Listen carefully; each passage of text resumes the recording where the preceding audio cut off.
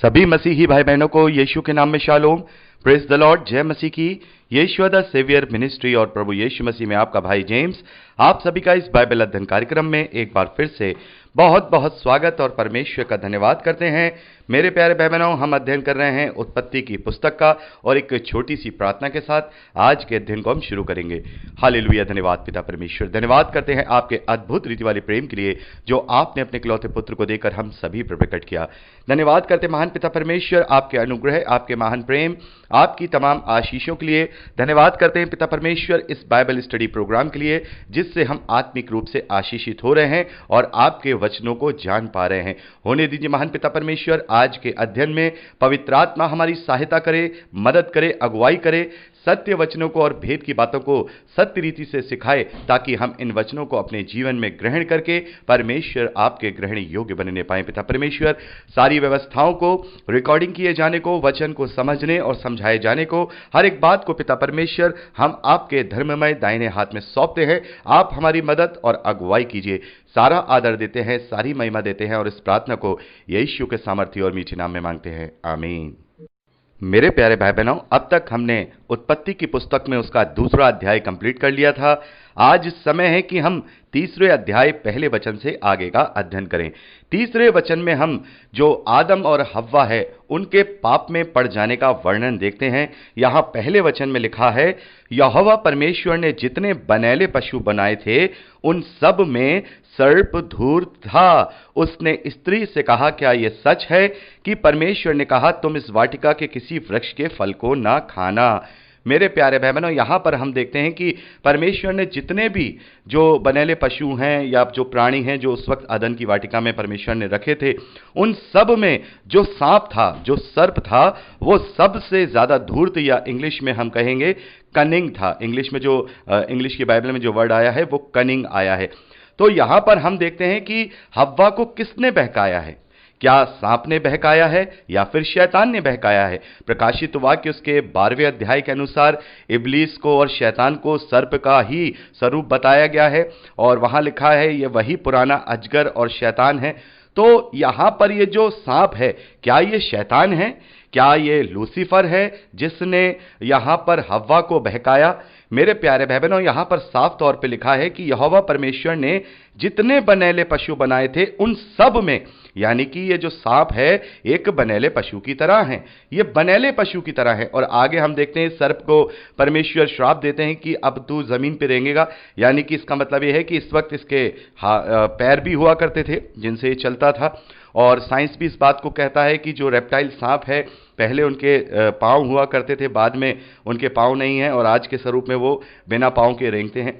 तो यहां पर हम देखते हैं कि यहां भी शैतान ने खुद आकर के हव्वा को नहीं भड़काया है। बहुत सारे लोग ऐसा समझते हैं कि सांप का रूप लेकर के शैतान आया है। शैतान ने यहां सांप का रूप नहीं लिया है। यहां हम देखते हैं कि जो शैतान है उसके द्वारा सबसे पहले सर्प को भरमाया गया। सर्प को इसलिए भरमाया गया क्योंकि वो बहुत कनिंग था, वो बहुत ही धूर्त था। और मेरे प्यारे भाई बहनों, इस धरती पर जितने भी लोग जो हम कहते हैं ना चालाक किस्म के होते हैं, कनिंग टाइप के होते हैं, बहुत ही ज्यादा बुद्धि को चलाने वाले होते हैं, शैतान सबसे पहले उनका ही आहेर करता है क्योंकि वो अपने आप को बहुत बुद्धिमान समझते हैं। मेरे प्यारे भाई बहनों, शैतान उन्हीं लोगों पर ज्यादा अटैक करता है जो अपने आप को बहुत समझदार समझते हैं और शैतान उनका यही फायदा उठाता है, उनकी समझदारी को ही उनके लिए उनके नाश का कारण बना देता है। तो यहां पर हम देखते हैं कि शैतान स्वयं हव्वा को नहीं भड़का रहा है बल्कि शैतान ने वहां पर सर्प को उभारा। और जब सबसे पहले उसने सर्प को उभारा, इसलिए शैतान का जो रूप है वो सर्प से इंडिकेशन किया जाता है, या हम सांप या स्नेक से उसको इंडिकेट करके देखते हैं। तो यहां पर हम देखते हैं कि वो बहुत कनिंग है, बहुत ही चालाक है। और हम देख रहे हैं कि अदन की वाटिका में जो तमाम बनैले पशु हैं और आदम है, हव्वा है, वो आपस में कम्युनिकेशन कर रहे हैं। यानी कि आज तो हम ना ही किसी से बातचीत समझ पाते हैं, ना वो कोई जो पशु है वो बोलता है। यहां पर हम देखते हैं कि अदन की वाटिका में ऐसा कम्युनिकेशन सिस्टम था। ये हो सकता है कि कम्युनिकेशन सिस्टम टेलीपैथी वाला हो। जैसे टेलीपैथी हम देखते हैं कि आदमी समझ जा रहा है, फीलिंग से समझ जा रहा है कि ये व्यक्ति क्या कह रहा है, ये व्यक्ति के मन में क्या विचार हैं। हो सकता है वो इस तरीके से आपस में कम्युनिकेशन करते हो, क्योंकि यहाँ लिखा है कि वो कम्युनिकेशन कर रहा है। इसका मतलब यह है कि अदन की वाटिका में जो ज़्यादातर जो जानवर थे या जो पशु थे वो आदम से कम्युनिकेट कर सकते थे, हव्वा से कम्युनिकेट कर सकते थे। तो यहां पर हम देखते हैं कि वो यहां पर उसने कम्युनिकेट करना शुरू किया, उससे बात करना शुरू किया। बातों बातों में सर्प उससे कह रहा है, क्या ये बात सच है? क्या ये बात सच है कि परमेश्वर ने तुम्हें इस वाटिका के किसी वृक्ष का फल खाने के लिए मना किया है? मेरे प्यारे बहनों, ऐसे ही जैसे यहां पर सांप हव्वा के जीवन में उसके पाप का कारण बन के आया, वैसे ही शैतान हमारे आसपास अपने अधीन लोगों को, जो उसके अधीनता में आ जाते हैं, ऐसे लोगों को इस्तेमाल करता है। वो हमारे मन में इसी प्रकार की दुनियावी बातें डालते हैं, हमारे मन में इसी प्रकार की लालच को डालते हैं। यहां आगे लिखा है, स्त्री ने सर्प से कहा, इस वाटिका के वृक्षों के फल हम खा सकते हैं, पर जो वृक्ष वाटिका के बीच में है उसके फल के विषय में परमेश्वर ने कहा है कि तुम उसको ना खाना, ना उसको छूना, नहीं तो मर जाओगे। यहां पर देखिए एक कन्वर्सेशन चल रहा है, एक सामान्य कन्वर्सेशन चल रहा है जो हम आज भी अपने जीवन में देखते हैं। हम बहुत सारे लोगों से बातचीत करते हैं, बहुत सारे लोगों के साथ उठते बैठते हैं, और ऐसा ही यहां पर सांप और हव्वा के बीच में कन्वर्सेशन चल रहा है कि भाई ऐसा कोई फल है जो तुम नहीं खा सकते हो। हव्वा कह रही हां सब तो हम खा सकते हैं, लेकिन एक फल है जो बीच में परमेश्वर ने रखा है अदन की वाटिका में, उसको खाने के लिए मना किया और कहा है कि यदि उसे खाओगे तो मर जाओगे। ये कन्वर्सेशन दोनों में चल रहा है। अब इसी कन्वर्सेशन में चौथे वचन में सांप कहता है, तुम निश्चय नहीं मरोगे, वरन परमेश्वर आप जानता है कि जिस दिन तुम उसका फल खाओगे उसी दिन तुम्हारी आंखें खुल जाएंगी और तुम भले और बुरे का ज्ञान पाकर परमेश्वर के तुल्य हो जाओगे। यहां पर शैतान ने सांप को उभारा और सांप ने यहां पर एक, हम कहेंगे हव्वा के सामने एक ऐसी बात को रखा, एक लुभावने वाली बात को रखा कि नहीं, परमेश्वर ने ऐसा नहीं, परमेश्वर जानता है, परमेश्वर ने तुम्हें इसलिए मना किया है कि तुम उसके बराबर हो जाओगे, उसके बराबर हो जाओगे। एक महत्वाकांक्षा को यहां पर उत्पन्न किया गया। मेरे प्यारे बहनों, ऐसी ही महत्वाकांक्षाएं हमारे जीवन में शैतान के अधीन लोग उत्पन्न करते हैं। वो हमें उकसाते हैं, वो हमें उकसाते हैं शारीरिक अभिलाषाओं के प्रति, वो हमें उकसाते हैं दुनियावी आनंद के प्रति, वो हमें उकसाते हैं दुनिया के शो ऑफ के प्रति, वो हमें उकसाते हैं महत्वाकांक्षा के प्रति कि देखो वो वहां पर ऐसा है, उसका जीवन बड़ा अच्छा है, उसका ये है। और तभी मनुष्य इन चुंगल में फंस जाता है, उन महत्वाकांक्षाओं के चुंगल में फंस जाता है, जिससे कि वो अपने आप परीक्षा में पड़ जाता है। जैसे याकूब कहते हैं कि परमेश्वर कभी किसी की परीक्षा नहीं लेता। हम पढ़ चुके हैं याकूब की पत्री में, याकूब कहते हैं कि परमेश्वर कभी किसी की स्वयं परीक्षा नहीं लेता, लेकिन जो मनुष्य है वो अपनी अभिलाषाओं में फंसकर और खींचकर अपने नाश का कारण बनता है और पाप में फंसने का और परीक्षा में फंसने का कारण होता है। और यहां पर भी हम देख रहे हैं कि शैतान ने या सांप ने हव्वा को वो फल तोड़ के नहीं दिया है, जबरदस्ती नहीं खिलाया है, हव्वा के अंदर नहीं घुस गया है शैतान हव्वा के अंदर नहीं घुसा है, बल्कि परमेश्वर ने जैसा आदम और हव्वा को रचा है कि वो अपने फ्री विल के साथ उस अदन की वाटिका में रह रहे हैं। उन्हें कोई प्रोग्रामिंग रोबोट नहीं बनाया है कि जैसा परमेश्वर ने कहा वैसा ही करेंगे। उन्हें फ्री विल दिया है, फ्रीडम ऑफ चॉइस दिया है कि तुम ये कर सकते हो या फिर तुम्हारी मर्जी इसे ना करो, यानी कि अगर वो चाहे तो करें या चाहे ना करें। यहां पर हम देखते हैं कि इसी प्रकार से मनुष्य अपनी अभिलाषाओं में फंसता है। आगे लिखा है, अतः जब स्त्री ने देखा कि उस वृक्ष का फल खाने के लिए अच्छा और देखने के लिए मनभाव है और बुद्धि देने के लिए चाहने योग्य है, तब उसने उससे तोड़कर खाया और अपने पति को भी दिया और उसने भी खाया। मेरे प्यारे बहनों, जब ये संसारिक अभिलाषाएं, लालसाएं शैतान हमारे सामने रखता है, तब हम इसमें ललचा जाते हैं। जैसे यहां हव्वा ललचा गई, अरे ये तो बड़ा सुंदर फल है, बिल्कुल सही, ये जो सांप है ये सही कह रहा है, इसे खाने से हम बुद्धि से भर जाएंगे, इसे खाने से हम परमेश्वर के तुल्य हो जाएंगे। ऐसे ही मेरे प्यारे बहनों, जैसे हव्वा और आदम ये बात भूल गए कि परमेश्वर ने उन्हें एक ही व्यवस्था दी है कि तुम्हें यह फल नहीं खाना है। दुनिया भर के तमाम फल वहां पर दिख रहे हैं, लेकिन आंखों में जो महत्वाकांक्षा का जो फल वहां सांप ने उनके सामने बना दिया, अब वो उसमें फंस गए। ऐसे ही हम यहां वहां के इल्यूजन में फंस जाते हैं। हम भूल जाते हैं कि परमेश्वर ने हमें प्रेम की व्यवस्था दी है, हमें अपने जीवन में दुनियावी जीवन को नहीं जीना है, लेकिन हम ये देखते हैं अरे ये तो बड़ा ही मन भावना है, अरे ये तो बड़ा ही लुभावना है, अगर हम ये चीज करेंगे इसमें तो बड़ा ही आनंद है, और हम उसमें फंस जाते हैं। और ऐसे ही हव्वा जो सांप है उसकी बातों में आकर के उस फल को तोड़ती है, खुद भी खाती है और अपने पति आदम को भी खिलाती है। तो मेरे प्यारे बहनों, यहां पर देखें कि तो सबसे पहले हव्वा ने उस फल को तोड़ा। तो बहुत सारे लोग ये सोचते हैं कि भाई हव्वा ने वहां गलती की है, हव्वा ने जो है आदम को उकसाया है। तो मेरे प्यारे बहनों, जैसे हव्वा को सांप ने उकसाया वैसी आदम को हव्वा ने उकसाया। तो आदम से परमेश्वर ने यह कहा था कि तुझे ये नहीं करना है। तो गलती किसकी है? गलती सरासर आदम की है। वहां पर आदम चाहता तो अपनी पत्नी से कहता नहीं, परमेश्वर ने ये बात जो तू मुझे कह रही है ये गलत है, परमेश्वर ने इसकी आज्ञा दी है कि तुझे नहीं खाना है, अरे हम इसे खाएंगे तो मर जाएंगे। लेकिन वो भी उसके कहने में आ गया। यानी कि यहां पर समान रूप से हम देखेंगे जो पाप का जो मूल है, पाप का जो मूल है वो आदम ने ही किया, क्योंकि आदम को परमेश्वर ने बनाया था, आदम में से हव्वा को परमेश्वर ने बनाया था। तो मेन जो पाप वहां पर जो परमेश्वर का विरोध किया वो आदम ने किया। भले ही वो हव्वा ने पहले किया, लेकिन आदम ने किया। और यहां पर हम देखते हैं 7वें वचन में, तब उन दोनों की आंखें खुल गईं और उन्हें मालूम हुआ कि वह नंगे हैं, इसीलिए उन्होंने अंजीर के पत्ते जोड़ जोड़कर लंगोटे बना लिए। मेरे प्यारे भाई बहनों, यहां पर हम देखते हैं अभी तक उनके मन शुद्ध थे, अभी तक उनमें पाप नहीं था, अभी तक उनके मन साफ थे, वो कोमल थे, परमेश्वर के गुणों को लिए हुए, परमेश्वर के स्वरूप के अनुसार उसके प्रतिरूप में थे। उनके अंदर कोई भी दंड फंद नहीं था। मेरे प्यारे बहनों, जैसे छोटे बच्चे होते हैं, उन्हें किसी भी प्रकार से पाप और पुण्य का पता नहीं होता और वो कैसे ही अपने जीवन को जीते हैं। आज यहां हम देख रहे हैं कि यहां आदम ने जब उस पाप को किया है तो अब उसे अपने आप को नंगा महसूस हो रहा है। मेरे प्यारे बहनों, ऐसे ही मनुष्य जब पाप में फंसता है, ऐसे ही जब मनुष्य अपने आप को पाप में देखता है, तो जैसे यहां पर उन्होंने देखा कि हम नंगे हैं, वैसे ही मनुष्य को यह अंदर से फील होता है कि हम नंगे हैं, और वो परमेश्वर से भागते हैं, वो परमेश्वर से भागते हैं, और भागते भागते वो परमेश्वर से इतना दूर हो जाते हैं कि जिस स्वरूप में उसने हमें रचा था, उस स्वरूप के बदले हम शैतान की अधीनता को स्वीकार कर लेते हैं। 8वें वचन से लेकर 11वें वचन तक लिखा है, तब यहोवा परमेश्वर जो दिन के ठंडे समय वाटिका में फिरता था का शब्द सुनाई दिया। तब आदम और उसकी पत्नी वाटिका के वृक्षों के बीच यहोवा परमेश्वर से छिप गए।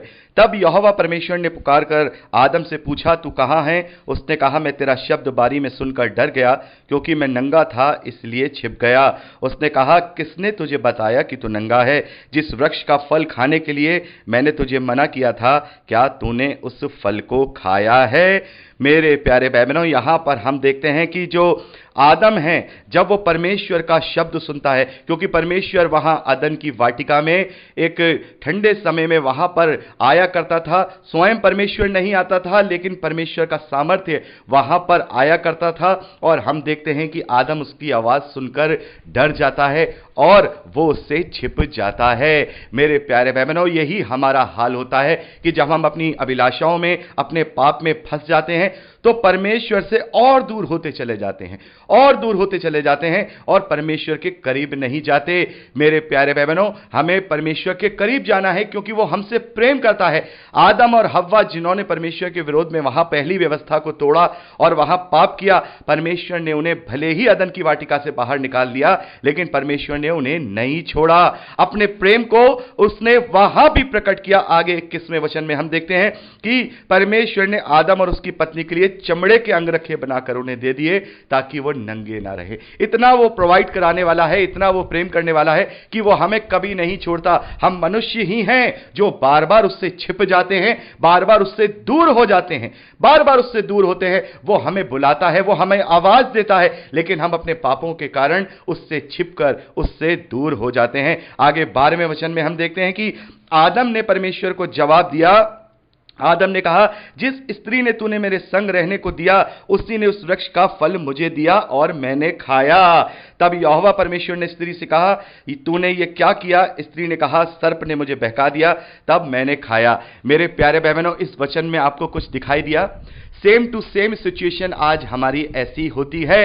हम एक दूसरे पर दोष लगाते हैं। आदम ने कहा मुझे स्त्री ने खिलाया, स्त्री ने कहा मुझे सर्प ने बहकाया। मेरे प्यारे भाई बहनों, हम अपनी गलती मानने के लिए तैयार नहीं होते हैं, अपनी गलती मानने के लिए तैयार नहीं होते हैं। और बहुत बड़ी बात यहां पर है, शायद अगर आदम अपनी ये कहता कि परमेश्वर मुझे क्षमा कर, मैंने तेरे विरोध में काम कर दिया, मैंने तेरे विरोध में पाप कर दिया, निस्संदेह क्षमावान परमेश्वर उसे तब भी क्षमा कर देता।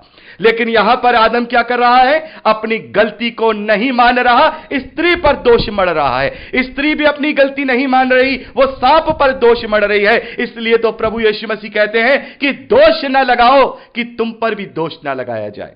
मेरे प्यारे भाई बहनों, यही फर्क है। आदम ने यहां पर यही किया, आदम ने अपनी गलती स्वीकारी नहीं की, आदम ने स्त्री पर दोष लगा दिया, स्त्री ने सांप पर दोष लगा दिया। अगर वहां अंगीकार कर लेते तो शायद जो परमेश्वर क्षमावान है, शायद जो परमेश्वर प्रेम करने वाला है, उस वक्त आदम की इस गलती को वो क्षमा कर देता, थोड़ा बहुत दंड दे करके शायद वो उसे अदन की वाटिका से बाहर नहीं निकालता। लेकिन यहां तो दोष लगाए जा रहे हैं, आरोप एक दूसरे पर लगाए जा रहे हैं, गलती नहीं मानी जा रही। तो मेरे प्यारे भाई बहनों, इसी प्रकार से जैसे आदम ने अपनी गलती को नहीं माना, हम भी अपनी गलती को नहीं मानते, दूसरों पर दोष लगाते हैं। उसके कारण ऐसे हो गया, उसके कारण ऐसे हो गया। क्या सांप ने उसका हाथ पकड़ा कर उसके मुंह में वो फल डाल दिया था? नहीं, उसने खुद खाया था, उसकी गलती थी, आदम की अपनी खुद की गलती थी, लेकिन वो एक दूसरे पर दोष लगा रहे थे। तो यहां पर हमने देखा इस प्रकार से मनुष्य पाप में पड़ा, आदम और हव्वा पाप में पड़े। हमने 13वें वचन तक का अध्ययन किया, 14वें वचन से आगे का अध्ययन हम अगली रिकॉर्डिंग में करेंगे। प्रभु आप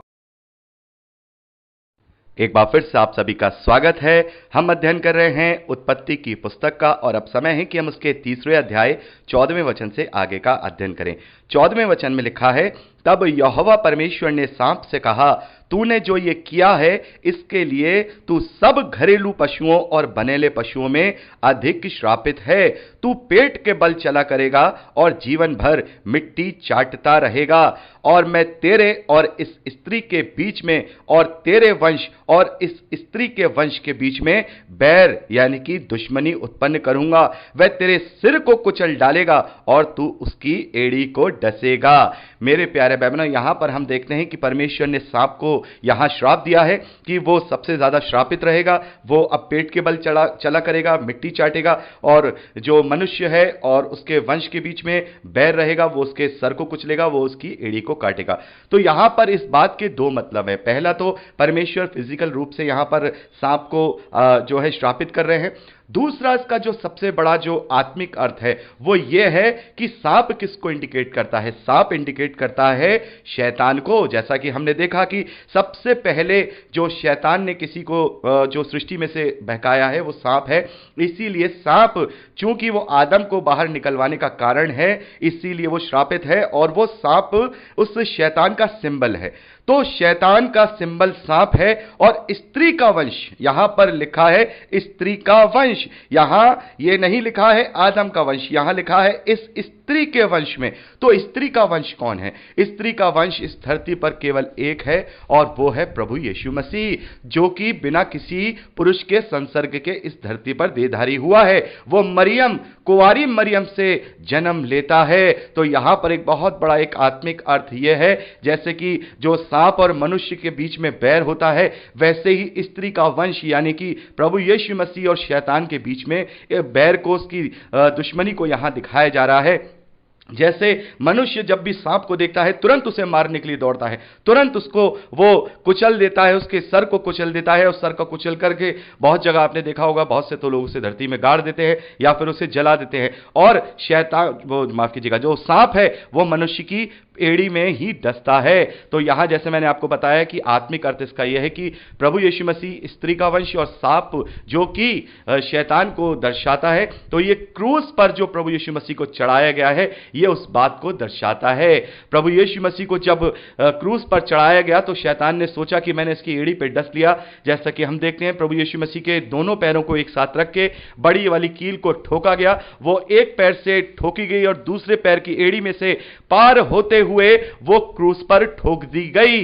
यानी कि यह बात उस शैतान की ओर से है जो शैतान ने यह सोचा कि मैंने शायद प्रभु यीशु मसीह को क्या कर दिया, क्रूस पर चढ़ा दिया, मैंने परमेश्वर के पुत्र को क्रूस पर चढ़वा दिया। लेकिन हम जानते हैं, पौलुस कहते हैं कि प्रभु यीशु मसीह ने क्रूस पर शैतान का खुल्लम खुल्ला तमाशा बना दिया और क्रूस पर से उसके जय जयकार की ध्वनि सुनाई दी। मेरे प्यारे बहनों, शैतान ने तो सोचा कि मैंने ये कर दिया, लेकिन वहां असल में प्रभु यीशु मसीह ने उसी एड़ी से, जिस एड़ी में वो कील ठोकी गई है, उसी एड़ी से जयवंत होकर उस शैतान के सर को अपनी एड़ी से कुचल डाला और वो जयवंत हो गया, वो मृत्यु पर भी जयवंत हो गया। तो मेरे प्यारे भाई बहनों, ये जो 15वां वचन है ये प्रभु यीशु मसीह के क्रूसिफिकेशन और उसके जी उठने को एक आत्मिक रूप से इंडिकेशन देता है, जैसे कि यहां मैंने आपको अच्छे से समझाया है। आगे लिखा है, फिर स्त्री ने उससे कहा, मैं तेरी पीड़ा और तेरे गर्भवती होने के दुख को बहुत बढ़ाऊंगा। तू पीड़ित होकर बालक उत्पन्न करेगी और तेरी लालसा तेरे पति की ओर होगी और वह तुझ पर प्रभुता करेगा। मेरे प्यारे भाई बहनों, हम देखते हैं कि जो स्त्री है इस कारण से वो यहां शारीरिक रूप से हम उसका जो आकार देखते हैं वो दुर्बल किया गया है। और हम देखते हैं वो गर्भवती होने का जो दुख है वो सहती है, वो पीड़ा सहती है और वो पीड़ा में पड़कर ही संतान को उत्पन्न करती है। और एक चीज आप देखिए, ये देखिए कितनी बड़ी बात है, चाहे स्त्री कितने भी बड़ी पोस्ट पे चली जाए, चाहे कितनी भी आत्मनिर्भर क्यों ना हो जाए, उसकी लालसा अपने पति की ही ओर रहती है। और यह चीज बिल्कुल फैक्ट है, जैसा परमेश्वर ने स्त्री से यहां पर कहा है। आगे 17वें वचन में लिखा है, फिर आदम ने उससे कहा, तूने जो अपनी पत्नी की बात सुनी और जिस वृक्ष के फल के विषय में मैंने तुझे आज्ञा दी थी कि तू उसे ना खाना, तूने उसको खाया है, इसीलिए भूमि तेरे कारण श्रापित है। तू उसकी उपज जीवन भर दुख के साथ खाया करेगा और वह तेरे लिए ऊंट कुटारे उगाएगी और तू खेत की उपज खाएगा और अपने माथे की पसीने की रोटी खाया करेगा और अंत में मिट्टी में मिल जाएगा, क्योंकि तू उसी में से निकाला गया है, तू मिट्टी ही तो है और मिट्टी में ही फिर मिल जाएगा। तो मेरे प्यारे भाई बहनों, यहां पर ये जो 17वें वचन से लेकर हमने 19वें वचन तक पढ़ा है, ये मनुष्य के उन परेशानियों को, उन तकलीफों को, उन दुखों को, उन पीड़ाओं को इंडिकेट करता है जो इस धरती पर हम साथ लेकर के आए हैं। मेरे प्यारे भाई बहनों, जैसा कि यहां पर लिखा है कि ये जो धरती है ये आदम के कारण श्रापित है, इसीलिए ये धरती आदम के लिए समय समय पर जो उसके विरोध की चीजें हैं वो लेकर के आती है। हमें यहां हमेशा कोई ना कोई तकलीफ हमेशा होती रहती है, कभी कोई बीमारी है, कभी कोई दुख है, कभी मौसम की मार है, कभी अकाल की मार है, कभी आंधी है, कभी तूफान है, कभी ऐसा हो गया, कभी ओले पड़ गए। ये सारी चीजें हम देखते हैं, ये सृष्टि जो इस धरती पर करती है वो मनुष्य के विरोध में सबसे ज्यादा होता है। मेरे प्यारे भाई बहनों, इस धरती पर जितने भी पशु हैं, पक्षी हैं, वो बड़े बड़ी विपत्तियों को झेल लेते हैं। वो ठंड को भी झेल लेते हैं बिना किसी कपड़े के, बिना किसी रजाई के। वो गर्मी को भी झेल लेते हैं बिना किसी एसी के, बिना किसी कूलर के। बड़ी बड़ी आपत्तियां, बड़ी बड़ी विपत्तियां वो झेल लेते हैं। लेकिन मनुष्य किसी भी रीति से इस धरती पर संतुष्ट नहीं रहता। भले ही यहां पर 30 डिग्री का टेम्परेचर हो, भले ही 40 डिग्री का टेम्परेचर हो, वो उसमें अनुकूल नहीं रहता। उससे कहीं ना कहीं कोई ना कोई परेशानी होती रहती है। ज्यादा गर्मी पड़ती रहे तो उसे सर्दी की लालसा होती है, ज्यादा सर्दी पड़े तो उसे गर्मी की लालसा होती है। तो मनुष्य इस धरती पर जो अब जिएगा, जैसा यहां परमेश्वर ने कहा, इस बात को इंडिकेशन दे रहा है, जो ये धरती ऊंट कटारे उगाएगी, यानी कि इस धरती पर हमारे जीवन में दुख, तकलीफें, पीड़ा, क्लेश चलते रहेंगे।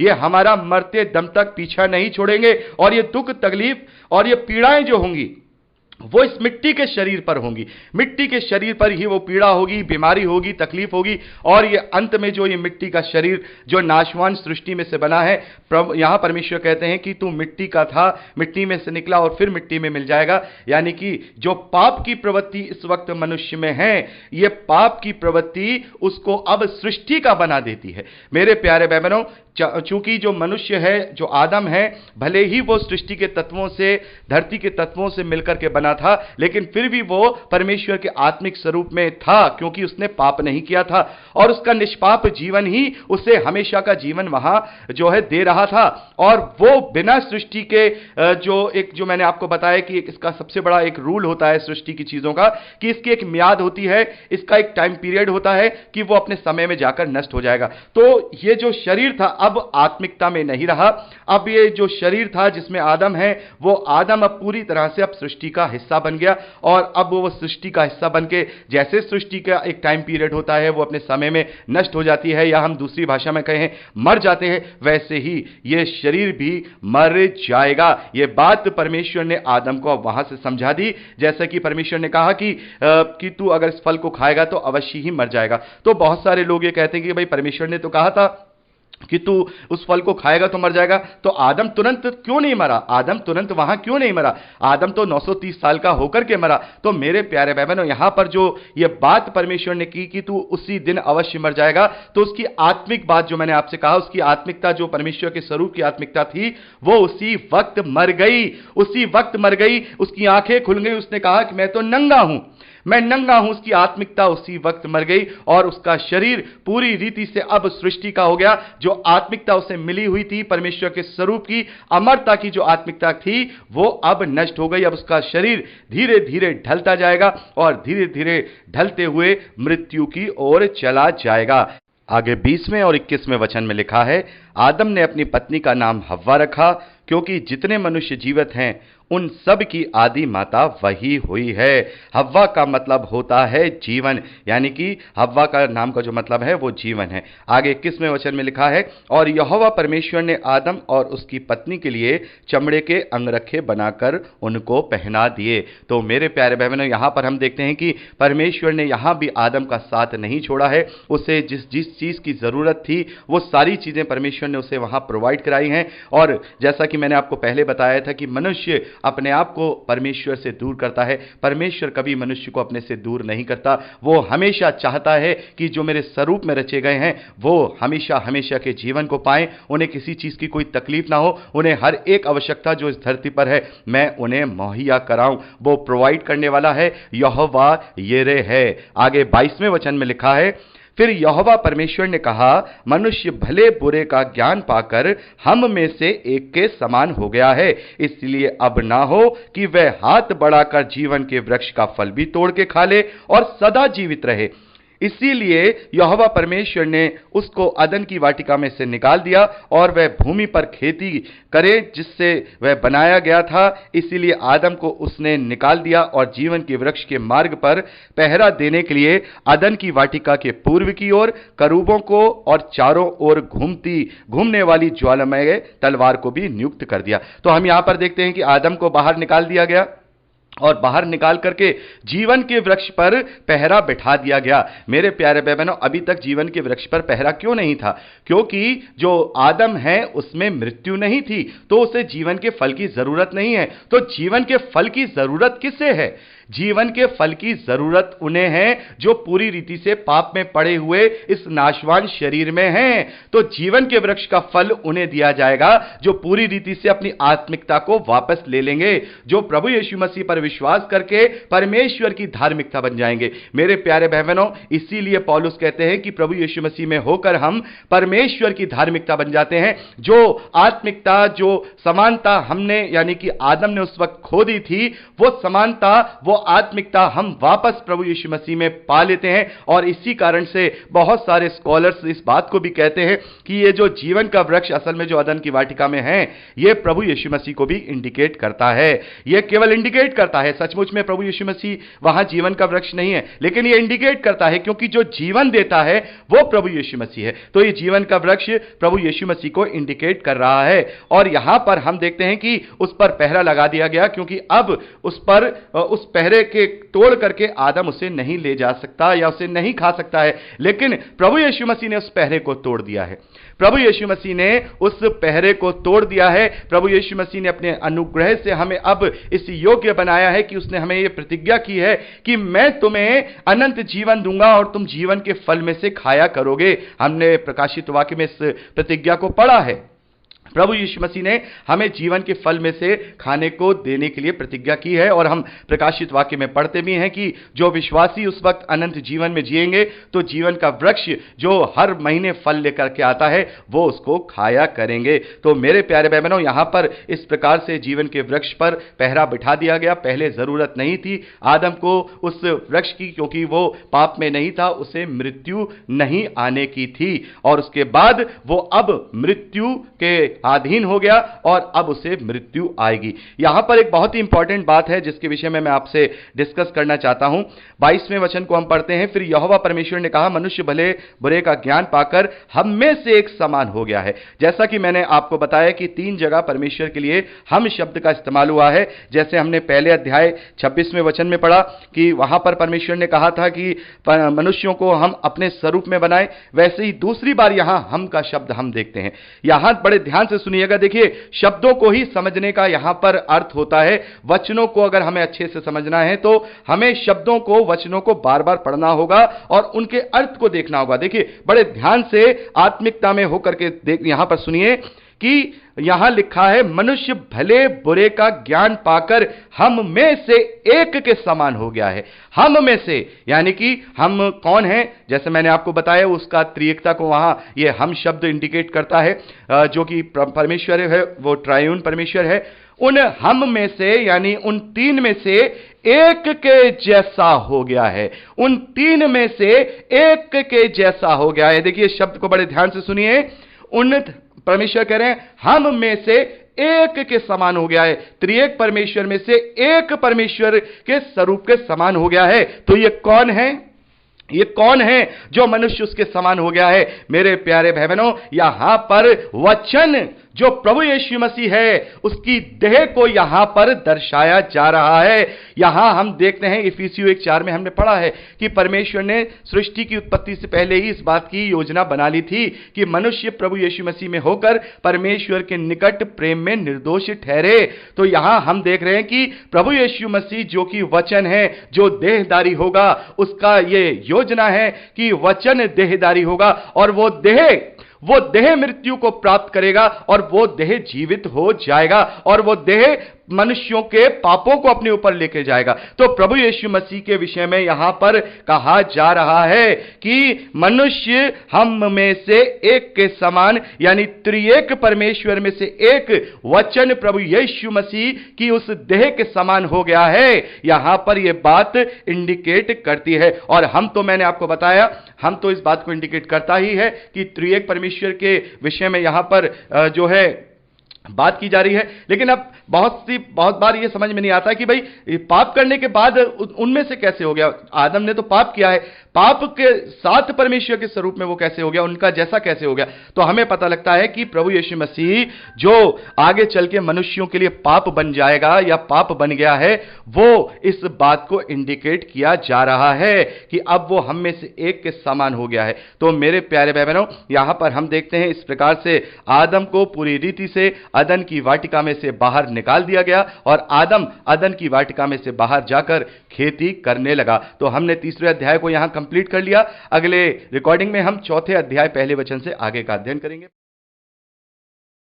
एक बार फिर से आप सभी का स्वागत है। हम अध्ययन कर रहे हैं उत्पत्ति की पुस्तक का और अब समय है कि हम उसके 4थे अध्याय पहले वचन से आगे का अध्ययन करें। पहले वचन में लिखा है, जब आदम अपनी पत्नी हव्वा के पास गया तब उसने गर्भवती होकर केन को जन्म दिया और कहा, मैंने यहोवा की सहायता से एक पुरुष पाया है। फिर उसके भाई हाबिल को भी जन्म दिया। हाबिल भेड़ बकरियों का चरवाहा बन गया, परंतु केन भूमि पर खेती करने वाला किसान बना। तो मेरे प्यारे भाई बहनों, यहां पर हम देखते हैं कि अदन की वाटिका में से बाहर निकलकर यहां पर आदम का वंश बढ़ना शुरू हुआ। मेरे प्यारे भाई बहनों, अब बात यह आती है कि अदन की वाटिका में आदम और हव्वा का वंश क्यों नहीं बढ़ा? अदन की वाटिका के बाहर ही आदम और हव्वा का वंश क्यों बढ़ा है? मेरे प्यारे भाई बहनों, जहां पर मृत्यु होती है वहां पर वंश होता है, और जहां पर मृत्यु नहीं होती वहां पर वंश नहीं होता। इस बात को आप इस तरीके से समझ सकते हैं कि जो स्वर्गदूत हैं उन्हें कोई वंश नहीं होता, क्योंकि उन्हें मृत्यु नहीं है। और जैसा प्रभु यीशु मसीह ने कहा, मनुष्यों का जब पुनरुत्थान होगा तो वो स्वर्गदूतों जैसे होंगे, वो विवाह में नहीं दिए जाएंगे। यानी कि पुनरुत्थान के बाद फिर से मनुष्य स्वर्गीय स्वरूप में आ जाएगा, अमरता को प्राप्त कर लेगा, तो फिर वहां पर भी कोई वंश नहीं होगा। यह केवल वंश इस धरती की सृष्टि का हिस्सा है। जैसा मैंने आपको बताया, इस सृष्टि का सबसे मेन प्रिंसिपल पहला यह है कि इस सृष्टि की एक मियाद है, एक टाइम पीरियड है, वो अपने टाइम पीरियड पर समाप्त होगा, नष्ट होगा या मर जाएगा। तो अपने अस्तित्व को जीवित रखने के लिए इस सृष्टि में दूसरा प्रिंसिपल यह है कि वो अपना वंश आगे बढ़ाता है, चाहे वो कोई पेड़ पौधे हों, चाहे वो पशु हों, चाहे वो पक्षी हों। और चूंकि अब आदम भी इस सृष्टि का हिस्सा बन गया है, तो अब आदम भी इस सृष्टि के अनुरूप कार्य करके, चूंकि उसे मृत्यु आएगी, अपने उस अस्तित्व को बनाए रखने के लिए उसे अपना वंश आगे बढ़ाना होगा। तो यहां पर हम देखते हैं कि आदम अपनी पत्नी हव्वा के पास गया, यानी कि उससे मिलन किया, और वो गर्भवती होकर केन को जन्म देती है। मेरे प्यारे भाई बहनों, जैसा कि मैं आपको पहले भी बता चुका हूं कि एक झूठा कल्ट है जो डॉक्टर विलियम ब्रैनियम के द्वारा फैलाया गया। उन लोगों का जो वाहियात और एक बेहुदा दावा है कि जो केन है वो शैतान का पुत्र है, और जैसा मैंने आपको इसके विषय में पहले भी बताया था, तो ये जो वचन है ये इनको पूरी तरह से रिफ्यूट करता है। वो कहते हैं कि कहीं नहीं लिखा है कि केन आदम का बेटा है या आदम की संतान है, लेकिन यहां पर हम साफ तौर पे देख रहे हैं कि आदम जब हव्वा के पास गया, यानी कि फिजिकल जब रिलेशन हुआ, उसके बाद केन उत्पन्न हुआ है। तो इसका मतलब यह है कि केन 100% बल्कि 110% आदम और हव्वा का ही वंश और उसका पुत्र है। तो यहां पर हम दो बेटों को देख रहे हैं, एक का नाम है केन और एक का नाम है हाबिल। तो हम देखते हैं जो हाबिल है वो भेड़ बकरियों का चरवाहा बन जाता है, और केन जो है भूमि पर खेती करने वाला किसान बन जाता है। आगे लिखा है, कुछ दिनों के बाद केन यहोवा के पास भूमि की उपज में से कुछ भेंट ले आया, और हाबिल भी अपनी भेड़ बकरियों के कई एक पहलौठे बच्चों की भेंट चढ़ाने ले आया, उनकी चर्बी भेंट चढ़ाई। तब यहोवा ने हाबिल और उसकी भेंट तो ग्रहण किया, परंतु केन और उसकी भेंट को ग्रहण नहीं किया। तब केन अति क्रोधित हुआ और उसके मुंह पर उदासी छा गई। तब यहोवा ने केन से कहा, तू क्यों क्रोधित होता है और तेरे मुंह पर उदासी क्यों छाई है? भला यदि तू भला करे तो क्या तेरी भेंट ग्रहण ना की जाएगी, और यदि तू भला ना करे तो पाप द्वार पर छिपा रहता है, और उसकी लालसा तेरी ओर होगी और तुझे उस पर प्रभुता करनी है। मेरे प्यारे भाई बहनों, यहां पर हम देखते हैं कि कुछ दिनों के बाद केन और हाबिल अपनी अपनी भेंटों को लेकर यहोवा के पास जाते हैं, और चूंकि जो केन है वो किसान बन गया था, तो वो उसमें से अपनी उपज में से कुछ लेकर के आता है, और जो हाबिल है वो चरवाहा है, वो कुछ अपने बकरियों के भेड़ बकरियों के पहलौठे बच्चों को लेकर के उसकी भेंट चढ़ाने आता है। तो यहां पर हम देखते हैं कि केन की भेंट को स्वीकार नहीं किया गया, लेकिन हाबिल की भेंट को स्वीकार किया गया। तो हाबिल की भेंट को क्यों स्वीकार किया गया? क्योंकि हाबिल का मन शुद्ध था, और जब केन इस बात के लिए नाराज हुआ, क्रोधित हुआ, तब परमेश्वर ने उससे कहा, तू क्यों क्रोधित हो रहा है, तू क्यों उदास है? अच्छा होता कि तू भला करता। तो वहां पर हम देखेंगे जो हाबिल और केन है, तो केन का पाप क्या है, केन के मन में क्या पाप है? मेरे प्यारे भाई बहनों, हम देखते हैं जो केन है वो हाबिल से ईर्ष्या करता था, हाबिल से वो ईर्ष्या करता था, और इस ईर्ष्या के कारण उसका मन शुद्ध नहीं था, और उसके मन शुद्ध ना होने के कारण परमेश्वर ने उसकी भेंट को स्वीकार नहीं किया, क्योंकि केन इस वक्त शैतान के भरमाने में चल रहा है। तो अदन की वाटिका के बाहर सबसे पहला अटैक जो शैतान के द्वारा हुआ है वो केन के ऊपर हुआ है, और केन को उसने इस ईर्ष्या के जंजाल में फंसा दिया। मेरे प्यारे बहनों, सारे पापों की जड़ ये ईर्ष्या ही होती है। ये ईर्ष्या, अपने आप को दूसरों से बड़ा करना, अपने अंदर अहम, अपने अंदर घमंड। यदि हमारे अंदर घमंड है तभी हम दूसरों से ईर्ष्या करेंगे। यदि हम अपने आप को ये सोचेंगे कि हम सबसे नंबर 1 हैं और हमसे बढ़कर कोई नहीं है, तब क्या होगा? जब हम दूसरे को देखेंगे कि वो हमसे बढ़कर हो गया है, तो हमारे मन में ईर्ष्या उत्पन्न हो जाएगी। इसी कारण से हाबिल की भेंट को स्वीकार किया गया और जो केन है उसकी भेंट को स्वीकार नहीं किया गया। यहां पर हम देखते हैं कि इस घटना से जो केन है उसने सबक नहीं लिया, उसने अपने आप को सुधारा नहीं। इस घटना से उसकी जब भेंट स्वीकार नहीं की गई तब भी केन ने अपने आप को सुधारा नहीं। आगे लिखा है, तब केन ने अपने भाई हाबिल से कुछ कहा, और जब वे मैदान में थे तब केन ने अपने भाई हाबिल पर चढ़कर उससे घात किया। अब यहां क्या देखते हैं कि जो ईर्ष्या है वो क्रोध में बदल गई। यहां पर तो उसे चाहिए था कि अपनी गलती का गिल्ट करता, अपना उस पाप को समझता कि मुझे ईर्ष्या नहीं करनी है, मैं इस योग्य बनूं कि मेरी भेंट भी परमेश्वर स्वीकार करे। लेकिन वो उस ईर्ष्या और घमंड में इतनी तरीके से वो फंस चुका था, वो अपने घमंड के व्यवहार में इतना इस तरीके से फंस चुका था कि उस घमंड ने, ईर्ष्या और ईर्ष्या ने क्रोध को उत्पन्न किया, और उस क्रोध ने वहां पर सबसे पहला जो हत्या का पाप है केन के द्वारा करवा दिया। शैतान ने केवल उसके मन में ईर्ष्या को उत्पन्न किया और ईर्ष्या ने काम किया। ईर्ष्या ने उस अभिलाषा को जन्म दिया और अभिलाषा ने पाप को जन्म देकर केन के द्वारा हाबिल का घात करवा दिया। आगे 9वें वचन में लिखा है, तब यहोवा ने केन से पूछा, तेरा भाई हाबिल कहां है? उसने कहा, मालूम नहीं, क्या मैं अपने भाई का रखवाला हूं? उसने कहा, तूने क्या किया है? तेरे भाई का लहू भूमि से मेरी ओर चिल्लाकर मेरी दुहाई दे रहा है। मेरे प्यारे बहनों, यहां पर देखते हैं जो धर्मी जन होता है, जो धर्मी जन होता है, यदि उसके साथ कोई बुराई होती है, यदि उसको कोई घात करता है, यदि उसे कोई तकलीफ देता है, तो यहां हम देखते हैं कि परमेश्वर उसकी पुकार को सुनते हैं। और हमने इब्रानियों की पत्री में पढ़ा कि हाबिल का यह विश्वास था, वो परमेश्वर पर उस खराई के साथ चलता था, इसीलिए उस विश्वास के द्वारा उसके खून ने भी मरने के पश्चात भी अपनी दुहाई दी है। तो मेरे प्यारे बहनों, जो धर्मी होते हैं, जो विश्वास पर दृढ़ होते हैं, उनका जो भी बुरा करता है वो बुराई उनके विरोध में चिल्ला करके परमेश्वर को गवाही देती है, दुहाई देती है। आगे लिखा है, इसलिए अब भूमि जिसने तेरे भाई का लहू तेरे हाथ से पीने के लिए अपना मुंह खोला है, उसकी ओर से तू श्रापित है। यहां पर हम देखते हैं कि जो केन है अब श्रापित कर दिया गया है, जो केन है वो श्रापित कर दिया गया है, और जो लोग शैतान की अगुवाई में हैं वो लोग श्रापित हैं। उन लोगों का मन मस्तिष्क, उन लोगों का जो समझ है वो उस प्रकार की हो जाती है, चाहे वो कितना भी इस दुनिया में गेन कर ले, लेकिन वो संतुष्ट नहीं हो पाते हैं। देखिए आगे लिखा है, चाहे तू भूमि पर खेती करे तो भी उसकी पूरी उपज तुझे ना मिलेगी, और तू पृथ्वी पर भटकने वाला और भगोड़ा होगा। मेरे प्यारे बहनों, जो लोग शैतान की अधीनता में होंगे वो इसी तरह के होंगे। यहां पर जो ये शब्द आए हैं, इसकी गहराई और इसकी आत्मिकता को समझिए। जो शैतान की अगुवाई में चलने वाले लोग हैं वो कभी संतुष्ट नहीं रहते हैं, वो भटकते रहते हैं, वो भटकते रहते हैं संसारिक आनंद के पीछे, वो भटकते रहते हैं कभी यहां कभी वहां, लेकिन उन्हें संतुष्टि नहीं मिलती। उन्हें उस भूमि की उपज से वो संतुष्टि वाली उपज नहीं मिलती है। मेरे प्यारे बहनों, बहुत सारे लोग कहते हैं कि भाई वो आशीषित है, वो आशीषित है, उसने तो कोई भी ऐसा अच्छे काम नहीं किए हैं, उसके पास तो बड़ी धन दौलत है, उसके पास तो बड़ी पैसे हैं। लेकिन मेरे प्यारे बहनों, वो केन की जैसे जीवन को जी रहे हैं, वो भगोड़ों वाली जीवन को जी रहे हैं। उनके जीवन में संतुष्टि नहीं है, उनके जीवन में सुकून नहीं है, वो अपनी उपज को खाने वाले नहीं हैं।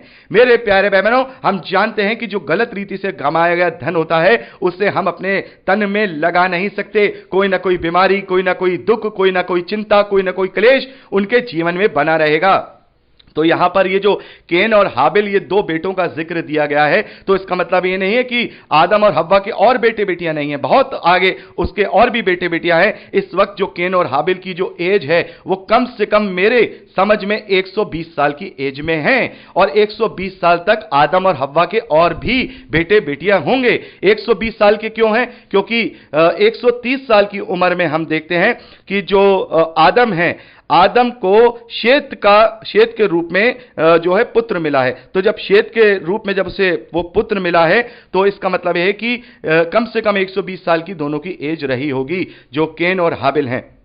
तो और भी वहां पर लोग हैं, और भी भाई, और भी जो आदम है उसके बेटे और बेटियां हैं। तो यहां पर हम देखेंगे, तब केन ने यहोवा से कहा, मेरा दंड सहने से भार है, देख तूने आज ही के दिन मुझे भूमि पर से निकाला, और मैं तेरी दृष्टि की आड़ में रहूंगा और पृथ्वी पर भटकने वाला भगोड़ा रहूंगा, और जो कोई मुझे पाएगा मुझे घात करेगा। इस कारण यहोवा ने उससे कहा, जो कोई केन को घात करेगा वह उससे 7 गुना बदला लिया जाएगा। और यहोवा ने केन के लिए एक चिन्ह ठहराया कि ऐसा ना हो कि उसे देखकर कोई मार डाले। तो मेरे प्यारे बहन, यहां पर देखते हैं कि केन ने फिर जब परमेश्वर ने उससे यह श्राप दिया, तो केन ने अपनी गिल्टी को वहां पर कहा कि हे परमेश्वर, मेरा यह दंड मेरे सहने के योग्य, सहने से बाहर है, मैं कैसे करूंगा। तो देखिए परमेश्वर का यहां भी प्रेम, उस पापी केन के लिए भी अपना प्रेम उसको आ रहा है कि नहीं, ठीक है, तूने अपनी बात का अंगीकार किया है, मैं तुझे एक ऐसा चिन्ह दूंगा जिससे तुझे कोई घात ना कर सके। तो कौन घात करेगा?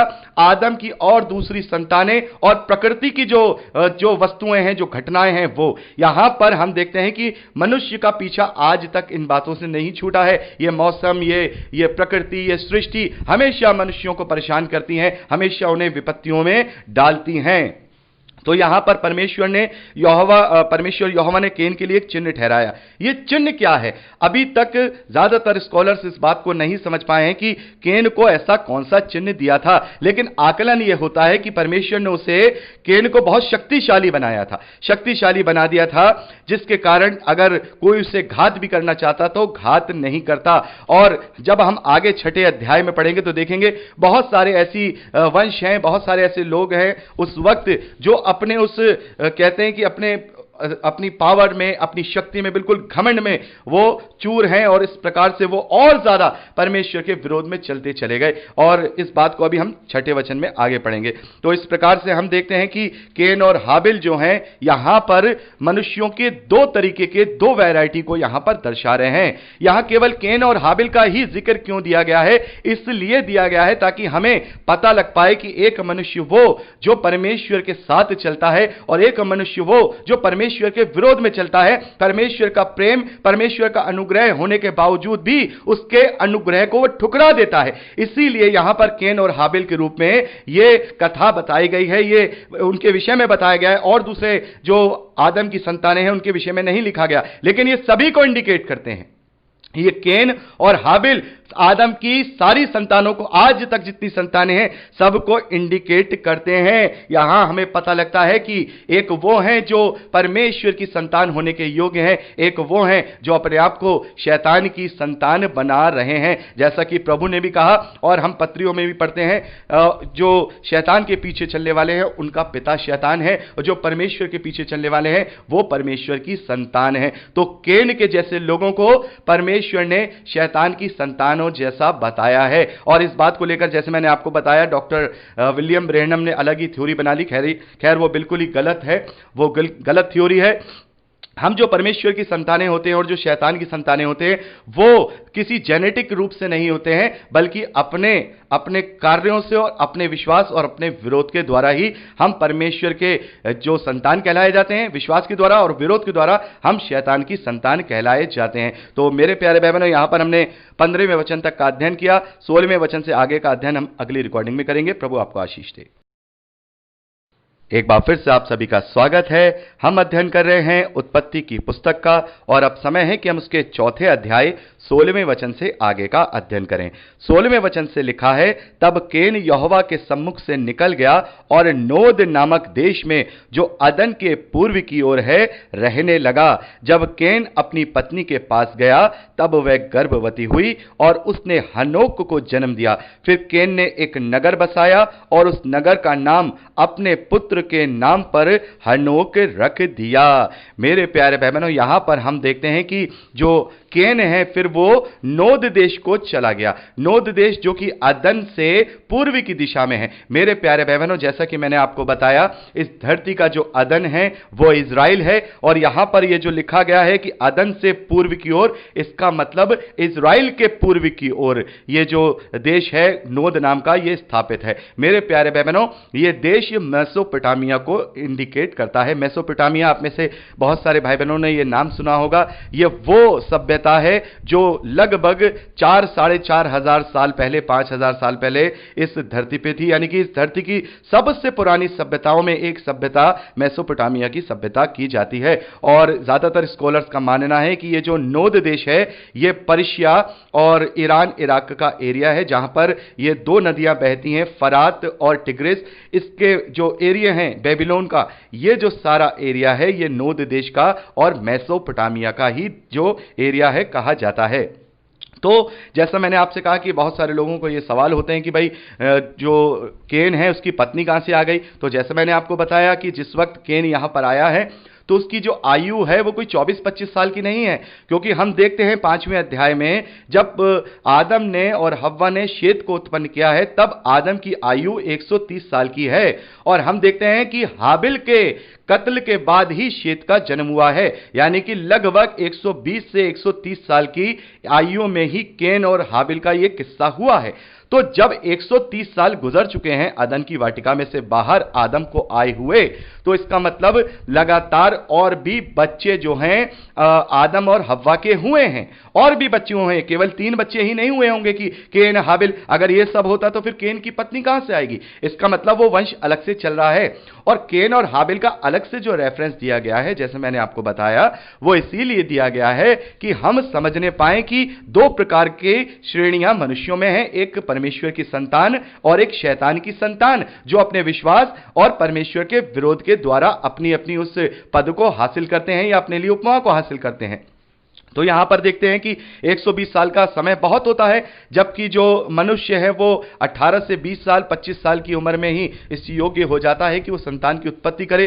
तो 100 साल में काफी वहां पर आबादी रही है मनुष्यों की। ऐसा नहीं है कि आबादी कम रही होगी, काफी आबादी रही है वहां पर। और भी लोग हैं जो उस वक्त इजराइल के आसपास, जो इजराइल जैसे मैं कहता हूं कि जो अदन की वाटिका है वो इजराइल में है, और इजराइल में ही इस वक्त, कनान देश में ही इस वक्त ये सारा जो वाक्या है वो चल रहा है। तो उसके आसपास ही सारे मनुष्य फैले हुए हैं।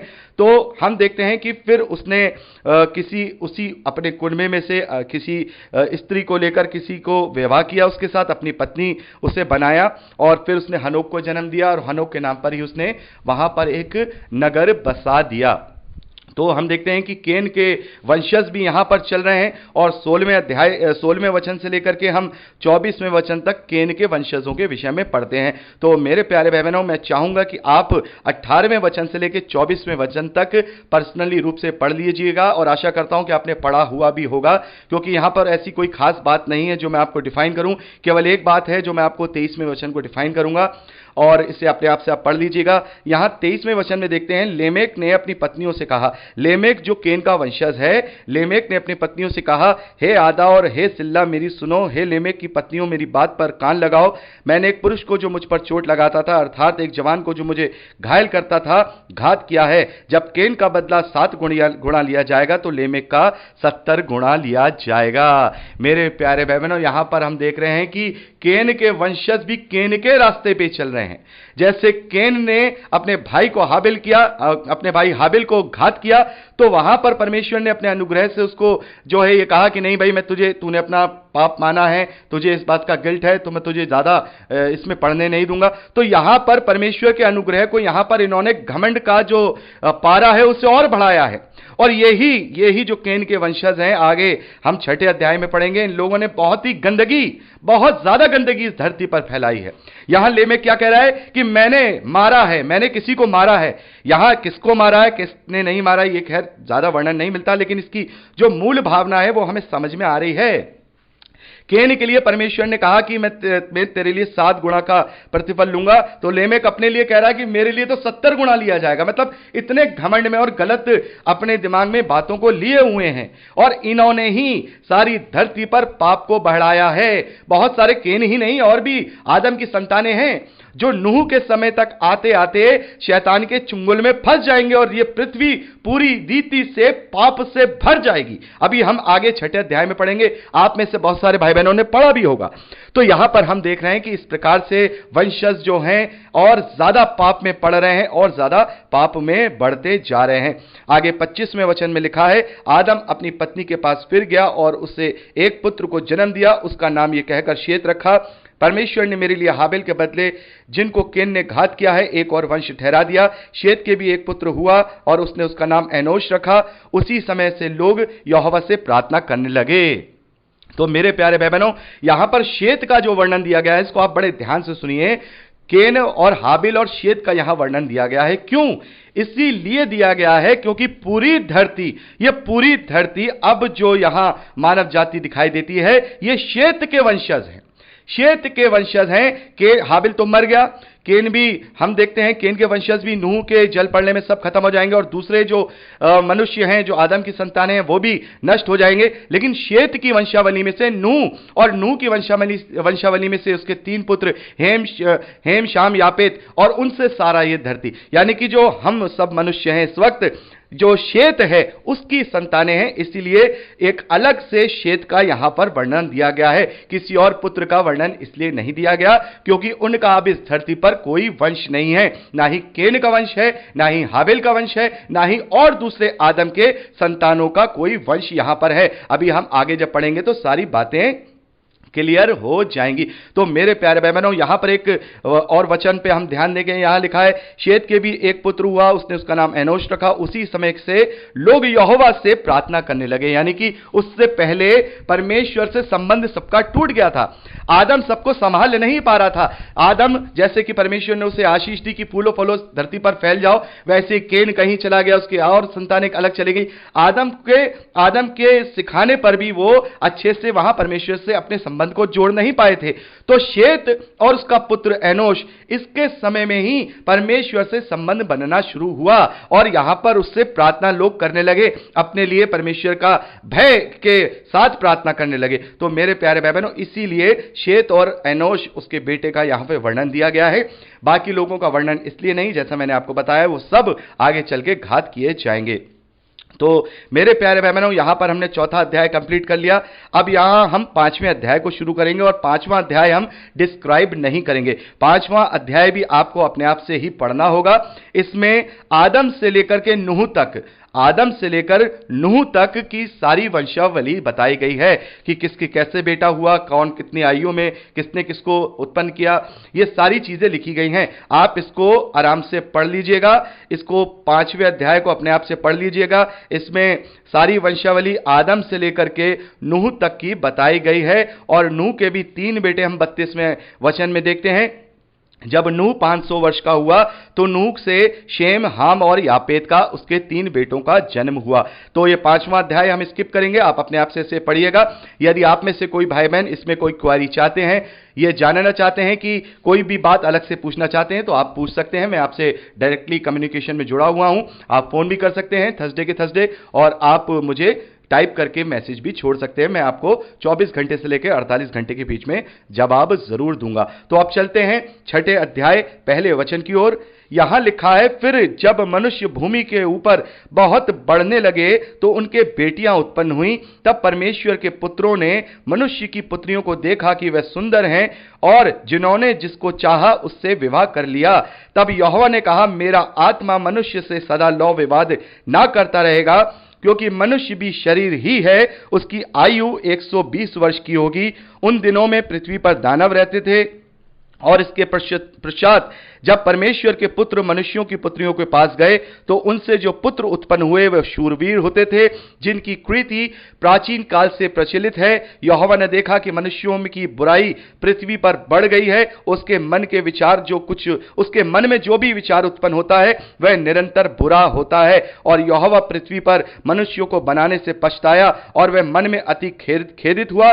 तब यहोवा ने, मैं मनुष्य को जिसकी मैंने सृष्टि की है पृथ्वी पर से मिटा दूंगा, क्या मनुष्य, क्या पशु, क्या रेंगने वाले जंतु, क्या आकाश के पक्षी, सबको मिटा दूंगा, क्योंकि मैं उनके बनाने से पछताता हूं। परंतु यहोवा के अनुग्रह की दृष्टि नूह पर बनी रही। तो मेरे प्यारे बहनों, हम यहां पर नूह के समय काल पे आ गए हैं, यानी आदम से लेकर के नूह तक का जो पीरियड था हमने 5वें अध्याय तक पढ़ा। अब 6ठे अध्याय में हम नूह के समय में आ गए हैं, जब नूह 500 वर्ष का हो चुका है। उसके 3 बेटे हैं, शेम, हाम और यापेत। और यहां पर हम देखते हैं बहुत ही बुराई बढ़ी हुई है, बहुत ही बुराई बढ़ी हुई है। और मनुष्य का जो जेनेटिक जो कोड है वो भी चेंज हो गया है। परमेश्वर ने जैसे आदम को बनाया था, अब मनुष्य की संतानें वैसी नहीं, उनके अंदर बहुत सारी गड़बड़ियां आ गई। केन के वंशज हैं और दूसरे मनुष्य हैं। और यहां पर हम देख रहे हैं कि जो परमेश्वर के पुत्रों ने मनुष्यों की पुत्रियों से विवाह कर लिए, उनके पुत्र जो हुए वो शूरवीर, बड़े ही माइटी पैदा हुए। तो मेरे प्यारे बहनों, ये परमेश्वर के पुत्र कौन है और ये मनुष्यों की पुत्रियां कौन है, इसकी 2 थ्योरी है। पहली थ्योरी यह है कि जो मनुष्य के पुत्र हैं वो शेत के वंशज हैं, और जो परमेश्वर के पुत्र हैं वो शेत के वंशज हैं, और जो मनुष्यों की पुत्रियां हैं वो केन की वंशज हैं। लेकिन मेरे प्यारे बहनों, आदम के 2 संतानों के आपस में मिलन करने से शूरवीर जो पुत्र हैं वो उत्पन्न नहीं हो सकते। तो जो ज्यादातर स्कॉलर्स हैं उनका मानना यह है कि ये जो परमेश्वर के पुत्र हैं ये फॉलन एंजल्स हैं, गिराए हुए स्वर्गदूत हैं, जिन्होंने इस धरती पर मनुष्यों की ब्रीड में, मनुष्यों के जेनेटिक कोड में गड़बड़ की। और उधर केन के वंशज जो घमंड में चूर हैं, शैतान की अगुवाई में चल रहे हैं, और इन सब ने मिलकर के इस पूरी धरती पर एक अजीब सा माहौल बना दिया, एक अजीब सा माहौल बना दिया, पूरे पाप का माहौल बना दिया। जो परमेश्वर का निजाम था उसे बिगाड़ दिया। तो यहां पर लिखा है कि परमेश्वर पछताया, तो परमेश्वर इसलिए नहीं पछताया कि मनुष्य ने पाप किया। परमेश्वर इसीलिए खेदित और दुखी हुआ कि परमेश्वर के उस निजाम को यहां पर बिगाड़ दिया शैतान ने पूरी तरह से मनुष्य और मनुष्यों की सृष्टि को पूरी तरह से बर्बाद कर दिया, पूरी तरह से पाप में डाल दिया। केवल वहां शेत का एक वंशज जिसका नाम नूह है, उसके अलावा सब बुरे से बुरे पाप में फंसे हुए हैं, बुरे से बुरे पाप में पड़े हुए हैं। और यहां पर हम 3रे वचन में देखते हैं कि परमेश्वर कहते हैं कि मेरा आत्मा मनुष्य से सदा लौ विवाद ना करता रहेगा, क्योंकि मनुष्य भी शरीर ही है, उसकी आयु 120 वर्ष की होगी। तो मेरे प्यारे बहनों, यहां पर हम देखते हैं कि बहुत बड़ी बड़ी आयु के उस वक्त मनुष्य वहां रहा करते थे, किसी की 900 साल, किसी की 930 साल। यहां हम नूह को देख रहे हैं, वो खुद 500 साल के हैं। तो परमेश्वर ने यहां पर जब देखा कि उसके निजाम को पूरी तरह से बिगाड़ दिया गया है और पूरी तरह से उसकी जो सृष्टि है जो उसने आदम के रूप में की थी वो बिगड़ गई है, तब उसने यहां पर यह कहा कि जब मनुष्य 900 साल, 950 साल जीवित रहेगा तो उसकी संभावना ज्यादा है कि वो पाप में और ज्यादा पड़ सके। तब परमेश्वर ने यह सोचा कि अब मैं मनुष्यों को एक तरीके से नई सृष्टि के साथ रखूंगा, सबको मैं वहां पर जल प्रलय से खत्म कर दूंगा। नूह को छोड़ करके, उसके 3 बेटे 3 बहुओं, उसकी पत्नी को छोड़कर सब नष्ट कर दूंगा जो शैतान के द्वारा बिगड़ चुका है। एक नए सिरे से, बिल्कुल नई एक आदम की जो सृष्टि है, जो आदम की संतानों की सृष्टि है नूह के द्वारा, वो कराऊंगा। और उनके जीवन को भी मैं अब उनकी आयु को भी कम कर दूंगा। यानी कि हम देखते हैं कि नूह से लेकर के जब मूसा तक का टाइम आता है, इब्राहिम तक का टाइम आता है, तो धीरे धीरे करके मनुष्य की आयु घटती जाती है। और आज हम देखते हैं हमारी एवरेज आयु 80, 85, 90 साल है, और मूसा के समय तक की आयु 120 साल की ठहराई गई थी। तो परमेश्वर ने यहां पर एक नई सृष्टि, एक नए निजाम को रखने की कोशिश की। शैतान ने यहां पर जो बिगाड़ दिया था उसके विषय में परमेश्वर ने यहां पर सोचा कि अब मैं सबको जो पाप में फंसे हुए हैं, मेरे विरोध में है, ये तो मेरी सृष्टि नहीं है, ये तो मैंने नहीं सोचा था, ये तो वो नहीं है जो ये हो रहा है। इसलिए परमेश्वर ने सारी सृष्टि को, इस मानव जाति को जल प्रलय से खत्म करने की वहां पर सोचा। और मेरे प्यारे बहनों, आगे हम जब पढ़ते हैं यहां पर नवे वचन से, तो नवे वचन से लेकर के लास्ट 22वें वचन तक नूह और उसके जहाज के विषय में बताया गया है। और मैं चाहूंगा इसे भी आप पर्सनली रूप से पढ़ लीजिएगा। इसको मैं डिफाइन परसों करूंगा, आप इसे पढ़ लीजिएगा, मैं इसे दोबारा नहीं पढ़ूंगा। इसमें जो इंपॉर्टेंट बात है वो केवल वही डिफाइन करूंगा, बल्कि आप 7वें, 8वें और 9वें अध्याय इसको भी अच्छे से पढ़िएगा, क्योंकि अब हम जो आगे का जो अध्ययन है वो इसी प्रकार से करेंगे। जो मेन मेन बातें हैं उनको हम करेंगे और बाकी हम पर्सनली रूप से उन्हें पढ़ेंगे। और यहां पर जो मनुष्य के पुत्रों के विषय में जो बात की गई है, जैसे मैंने आपको बताया ये फॉलन एंजल्स हैं, गिराए हुए स्वर्गदूत हैं।